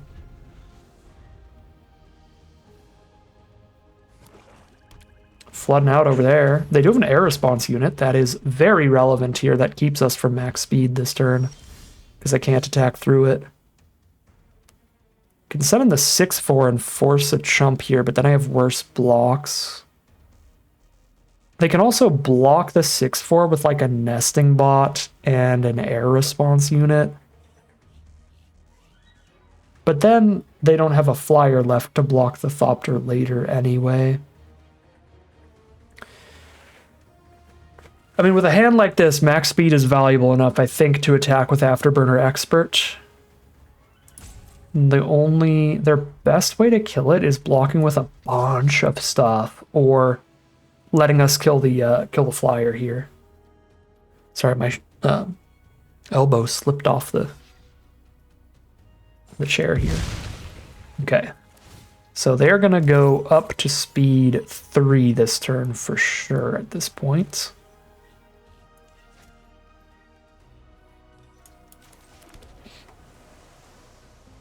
We're going to both be at speed 3. They probably just sent in the 2/2 zombie. But I guess the, oh no. Well, they're definitely max speed now, because any artifact they draw gets them there. Yeah, this deck is scary. The Pact Altair to raise their speed as well. Even if I get the perfect defensive draw, the Pact Altair drains me over time getting to the max speed. And they're going to go for extra damage here. They've already raised their speed this turn, so I don't have to worry about blocking to keep them off max. Booty draws are booty. Afterburner Expert gets in here. They just chump it.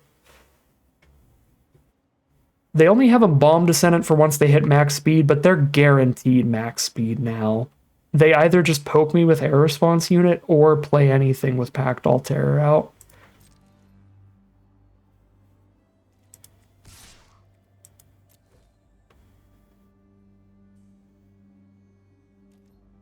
I mean, they could crew and then double block here and only lose one of the two between Air Response Unit and Pact Altair, but that is not the play, fair enough.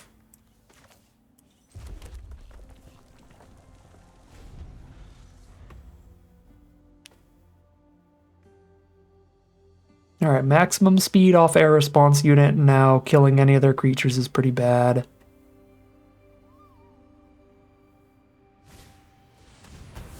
Top deck Collision Course. Alright, their removal's pretty mediocre. Their creatures are great, but Collision Course, Quag Feast, it's kind of finicky cards they've really got to have the right position for, right? Like their first Collision Course was 1 damage. It's a lot of destroy target artifact spells though, so their deck is really well positioned against our strongest card, our Possession Engine. Gonna be a lot weaker in this matchup than most. So, yeah, I'm not loving the matchup, that's for sure. But we've also drawn pretty floody here, pretty poorly. You're a little too late, Runover. Like exactly a turn too late. It's still going to be helpful. It still gets us to max speed this turn. Lets us dig for something else. But they've already got max speed. It didn't do anything to help us prevent that. If we had it like the turn they had Air Response Unit, we'd be in a really nice spot. Still going to be good. I mean, our opponent's favored. I'm just saying the card's going to be good, not our position. It still helps a lot here. Yikes. 1 Legek. Blocks Pact Altair at least.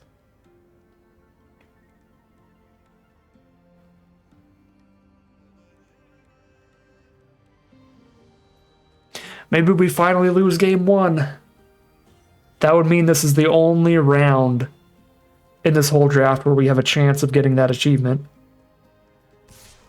Not to say that we will get it, but we'd have a chance.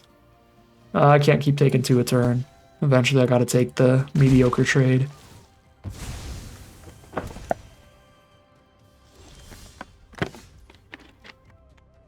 Hold.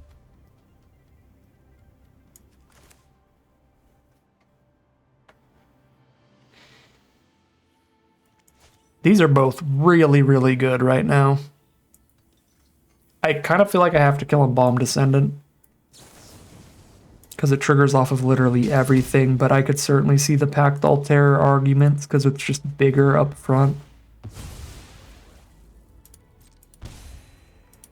Legak on Terror, bounce off on the token. I mean, 1 damage is really not doing much for me though, so I'm still going to have this up on blocks. They're a double Quag Feast deck? Alright.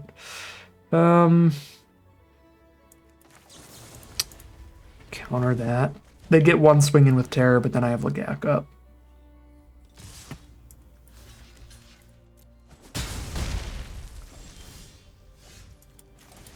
Come on, deck. Give me the Shark. Shark would be so good here. No shot. Double Pact Altair. Oh no.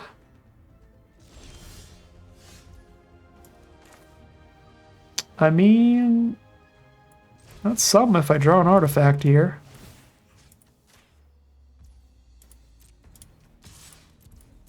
Can't really play around removal at this point.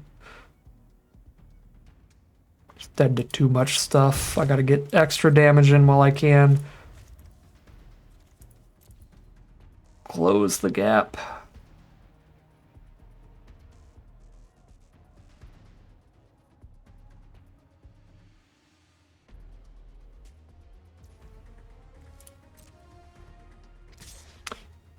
Well, that's horrible.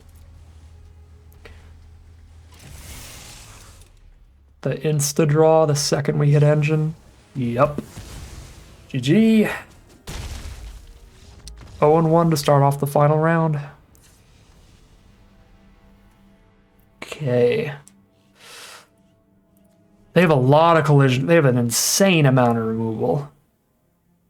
Collision courses blowing up specifically artifacts is rough because I can't really like sideboard around that, right? Like I can't cut Possession Engine. Even if they have a lot of ways to blow it up, it's still a strong card. Howler's Heavy seems better in this matchup because there's going to be a lot of getting into combat here. Makes the Manglers better as well for the early blockers to slow them down. Keep their engines a little lower. Maybe even Pothole Mole, 3 toughness blocker early. And if it mills Possession Engine in this matchup, it's kind of like, well, okay.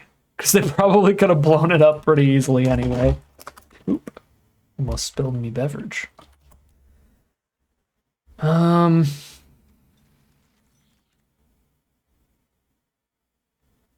We are on the draw, so got an extra draw step towards top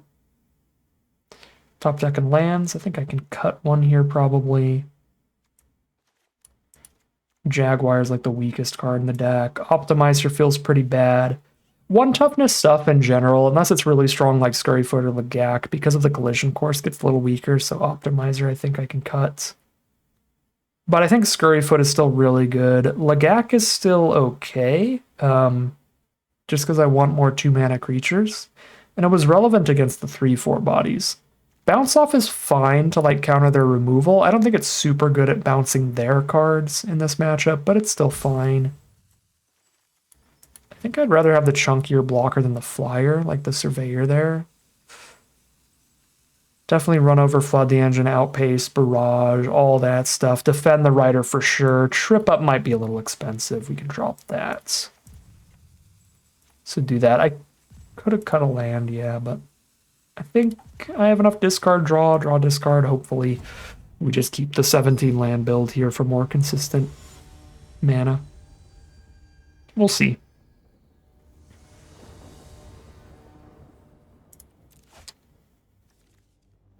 Oh wait, why did I say I was going to be on the draw? I'm going to be on the play. I'm glad I didn't cut a land. I forget how, or I forgot how best of 3 works. I'm keeping this because any land gets starting column, which activates the whole hand. But it does need to draw 1 land. Which is why I'm happy we got the 17. Oh my god. Get soloed by intimidation tactics. Exile starting column. Oh, what did they get rid of? The Opterist, sure. Well, I guess they're omniscient because we immediately drew the blue source. But if we hadn't drawn the blue source, like them just exiling starting column would have been devastating.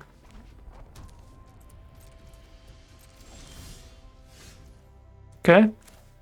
Nice slow start over there. We can just start our engines and sit here. I could defend the Rider for a 1/1 if they don't play a creature again, just to start poking them for 1 to speed up our engines. Oh yeah, if they're on double black and nothing, let's just speed up.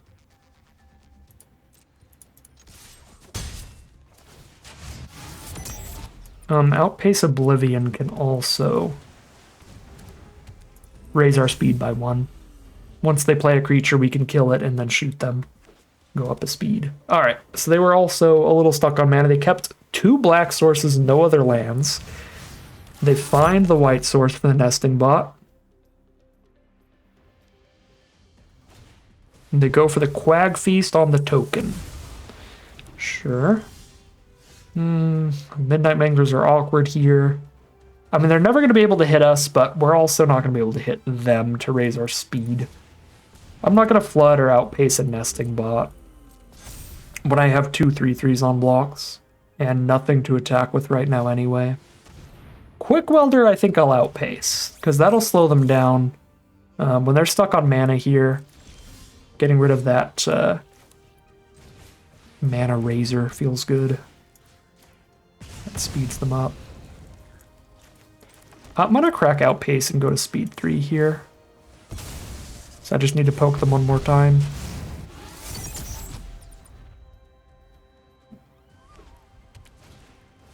Packed Thal Terror. That definitely gets flooded. And tragedy strikes. The 2 black sources hand is popping off on us because it's better to be mana screwed than mana flooded in a long game, because once you draw out of the mana screwed, you're just miles ahead on cards. They have 4 more spells in their hand still because the hand is all spells. It's what they kept.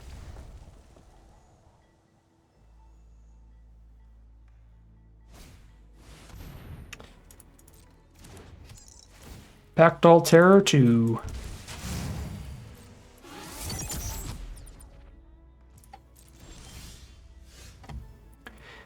Another fashionably late run over.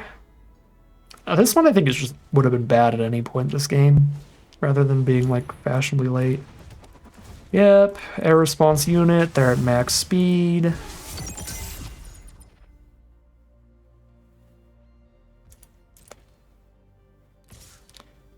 Chilling in the world of mono flood over here.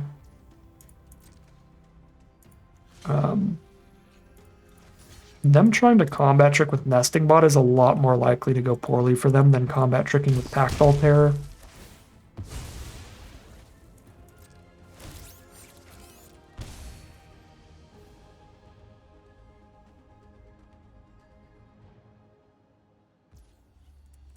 Don't even try.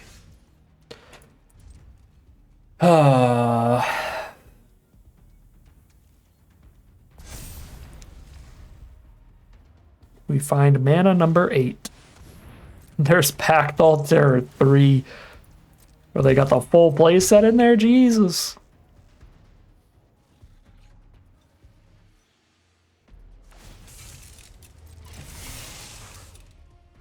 Well, I think the part I'm most disappointed about here is that this is my shot to get the achievement and I'm not gonna get it. But like, technically, we went 2-1 with this pretty medium deck. We had a pretty rough draft bod. This is a really fine result. I'm just so bummed. Because I'm like, this was my chance. I'm supposed to win these next 2 games. Give me the chibi, but you just got all spells still. I got not all lands. I just did hit 2 really good draws in a row.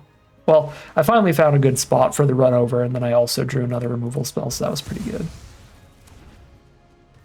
But they're just all spells.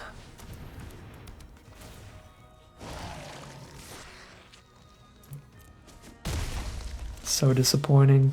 Because it's... Oh, that's so salt in the wound. I'm just going to scoop from that draw. The speed 3 started column copy number 2. But yeah, like once we saw our opponent is on Swamp, like they kept a really gambly, just 2 black sources and prey hand. I was like, oh, this is our chance. If they just get a little unlucky here, we could get a free win on this one and then battle it out game 3. But nah, they just started hitting the mana. So plenty of powerful spells to cast from there. And that is going to be 2-1 in this traditional draft.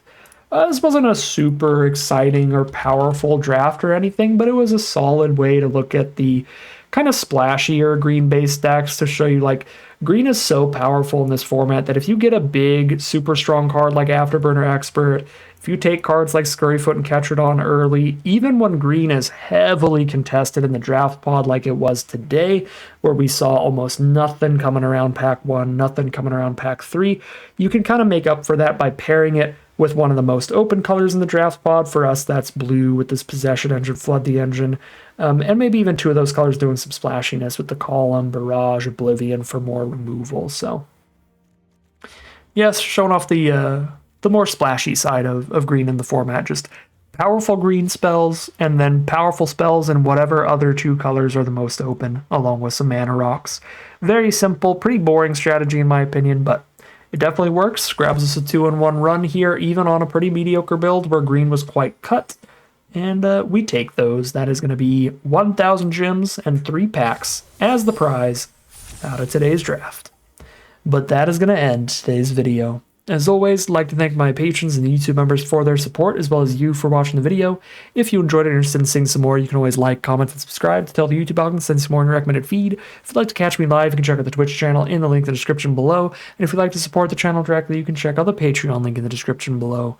But other than that, as always, thank you very much for watching, and I'll see you again soon for some more Magic Arena.